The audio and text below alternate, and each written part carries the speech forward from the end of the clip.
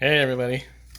Well, this is take two on the Mickey Lolich tribute video that I'm making today. One of the greatest left-handed pitchers in the history of Detroit Tigers, and I forgot a couple of things that I was going to put into the video the last time I recorded it, so I'm doing it over again. So I'm just going to start off here by saying that I have about 11 pages of notes made on this for this video today.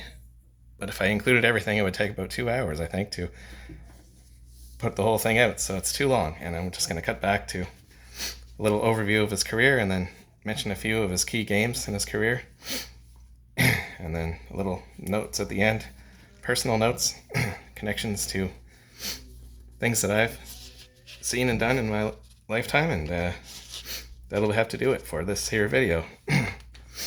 So Mickey Lolich, he was an American left-handed pitcher in Major League Baseball who played from 1963 until 1979, almost entirely for my favorite team, the Detroit Tigers.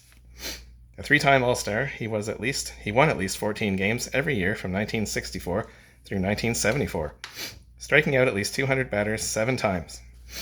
Lolich was named the most valuable player of the 1968 World Series against the defending champion St. Louis Cardinals, after earning 3 complete game victories, including a 4-1 win over future Hall of Famer Bob Gibson in the climactic Game 7. He was runner-up for the 1971 American League Cy Young Award after leading the league with 25 wins, 308 strikeouts, 29 complete games, and 376 innings pitched.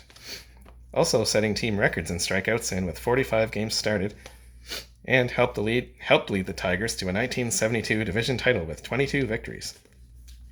Some of those statistics we're never going to see again in baseball. It's just not done anymore. By 1975, Lolich ranked 5th in Major League history in career strikeouts, though by the time of his retirement in 1979, his final total of 2,832 had slipped to 7th place. He held the Major League record for career strikeouts by a left-handed pitcher from 1975 until 1980, when Steve Carlton passed him, and the American League record from 1973 until 2017, when CC Sabathia broke the mark. He holds Tigers franchise records of 2,679 strikeouts, 459 games started, and 39 shutouts, and his 207 wins and 3,361 2/3 innings pitched for Detroit are franchise records for a left-hander, as were his 508 games pitched until John Hiller passed him in 1979. Now, I'm going to go to the little intro that I wrote with a few personal opinions about Mickey Lolich.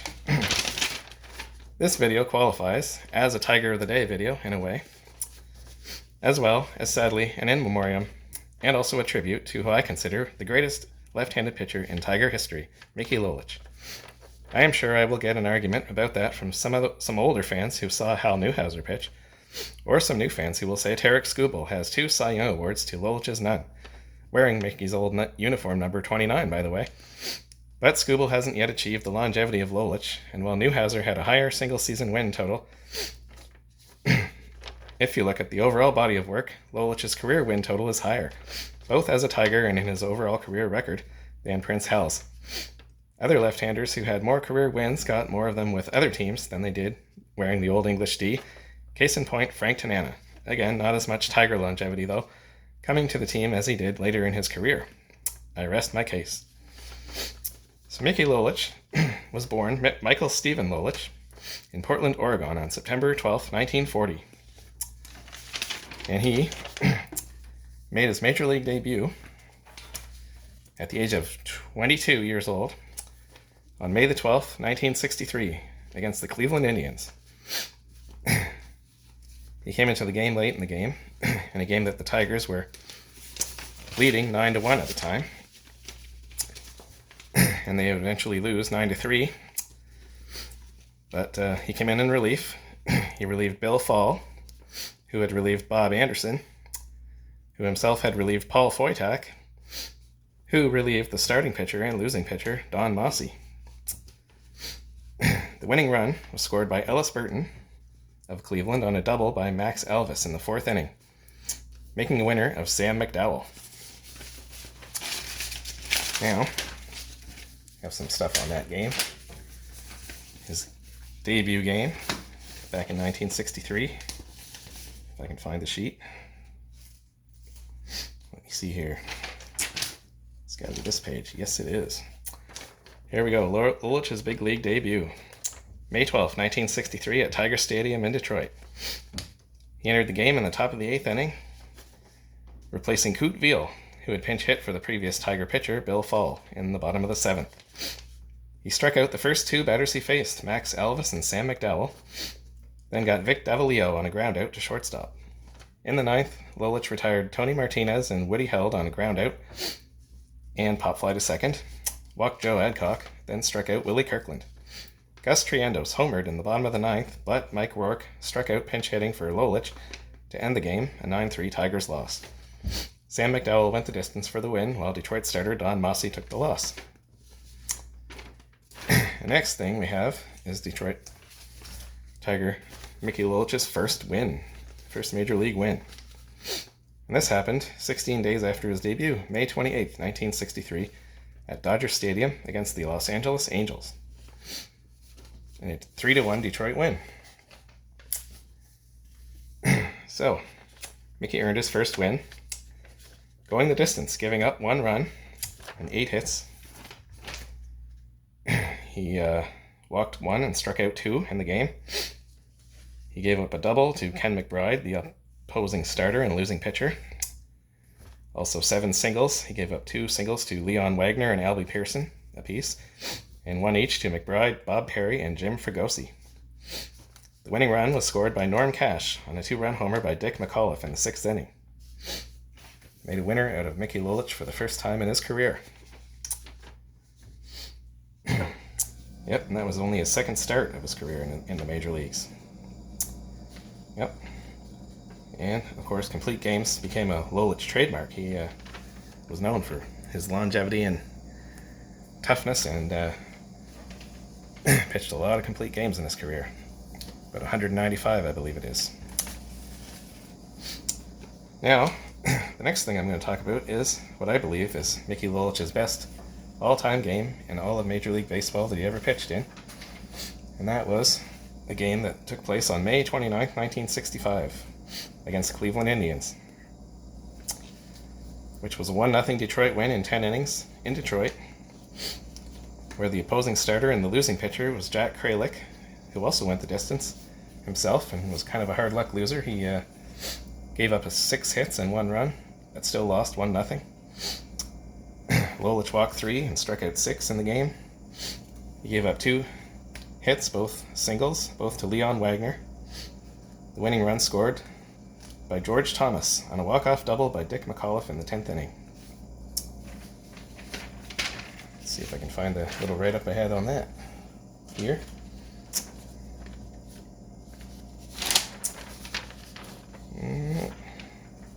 Have these sheets organized so good before I start, and then things happen and get all shuffled around and can't find a thing, but I think I can find this. Yep, let's see. Yep, here it is. On May 29th, 1965, Lolich pitched what I think was the best regular season game of his entire career. He twirled a 10-inning complete Game 2 hitter to defeat the Indians 1-0 at Tiger Stadium. Jack Kralik was the hard luck loser, allowing only 6 hits himself, but one of them was a McAuliffe walk-off double, scoring George Thomas for the win. Lolich allowed singles to Leon Wagner in the 1st and 4th. An interesting stat, Lolich was 9-2 on the road, but only had a 6-7 record at Tiger Stadium in '65. Unusual. Don't pitch as well at home as on the road. You don't see that too often. Now, the next game I'm going to talk about is Lolich's last game as a Detroit Tiger in 1975. His last appearance in a Detroit uniform came on September the 20th against Boston at Tiger Stadium. He went the distance for just his 12th win of the season against 18 losses as the Tigers beat the Red Sox 5-1. The 12 wins were his fewest since his rookie year. In the game, he allowed 6 hits, walked 2, and struck out 3. The opposing starter and losing pitcher was Luis Tiant, relieved by Jim Burton and Jim Willoughby. Lolich gave up 6 singles, 1 each to Rico Petrocelli, Dwight Evans, Carlton Fisk, Rick Burleson, Jim Rice, and Bob Montgomery. The winning run was scored by Bob Molinaro on a single by Ben Ogilvy in the third inning. The World Series-bound Red Sox were a staggering 34 games ahead of the Tigers after this game in the standings. And now, I'm going to talk about Mickey Lolich's last game in the major leagues ever. He got traded to the New York Mets after he left the Tigers. Got traded for Rusty Staub to the Mets. And then he only spent 1 year there because he didn't agree with the pitching coach and the trainer. And he retired after 1 year with the Mets. He got out of his contract by retiring. Then he went home and opened a donut shop near Detroit when he was off for a year. But the San Diego Padres came calling to him, and they convinced him to come back and pitch for them for a couple of years, mostly in relief. Seeing if I can find the sheet here. Where is that sheet? Goodness. It's crazy. Page 9. Let's see. Yep, well, his last appearance in the major leagues was on September the 23rd, 1979 for the Padres against the Los Angeles Dodgers. If I can find that sheet, I will tell you all about it. Let's see. Boys, where'd that go? What did I do with it? I had all the sheets here. I don't know where it went. I think I just found it. Oh, it's a different sheet. Oh my god. Terrible. I need these pages.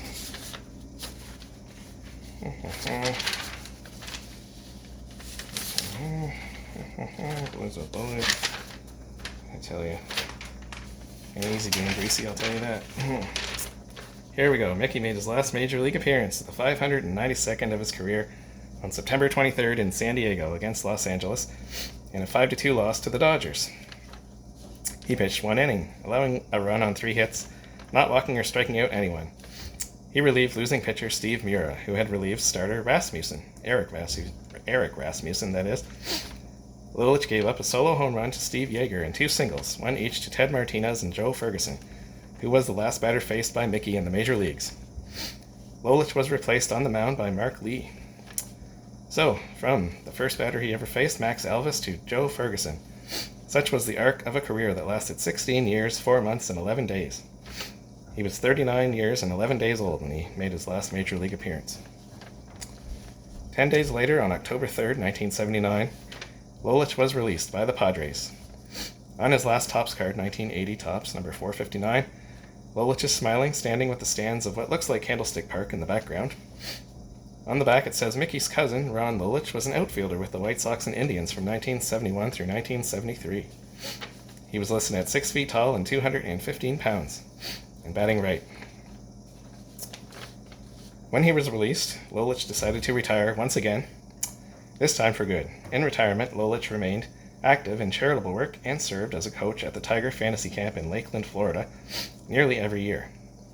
His hobbies included biking, shooting, archery, and ham radios, and briefly during his playing career, he took up pilot lessons, played the banjo, and sang on stage in Las Vegas. The last probably at the urging of Denny McLain, who was famous for living it up big time when he had his 31-win season in 1968, went to Las Vegas and played the Hammond organ on stage there, and had a big old time, partied it up for a couple of years, and then had a really bad downfall in 1970, but for that 1 year, he was great, and the next year, he was great there, and we always remember the good parts of Denny McLain. In 2003, Lolich was one of 26 players selected to the final ballot by the Hall of Fame's Veterans Committee. He received 13 votes, placing him far below the 75% required for election. Again in 2005 and 2007, Lolich was one of the few players to appear on the Hall's Veterans ballot, but he fell far shy of enshrinement. Lolich won 217 games in his career, fanning 2,832 batters in 3,638 and a third innings. He was named to the All-Star team 3 times. He completed nearly 40% of his starts and hurled 41 shutouts. He died at the age of 85 on February the 4th, 2026 at a care facility in Sterling Heights, Michigan. Yep. Now I just have a couple more things to say here. I came up with this list of Lolich's top 3 and bottom 3. The top 3 teams that he did the best against in his career, and the bottom 3, the ones that he did the worst against, of the teams that he faced the most often. I just restricted it to the teams that were in existence through the whole time that he was playing, and I didn't take into account the time that he played in the National League, which was only a few years, and most of it was the American League, so it was a lot bigger sample size there. So I come up with the top 3 teams in terms of wins that Mickey Lolich had in his career. He got the most wins against Cleveland with 30. Second with 25 was Baltimore. He beat Baltimore 25 times, and the Yankees 23. In his bottom 3, we have Minnesota Twins with 12 wins, Kansas City A's and Oakland A's 15, and the Washington Senators / Texas Rangers 18 wins.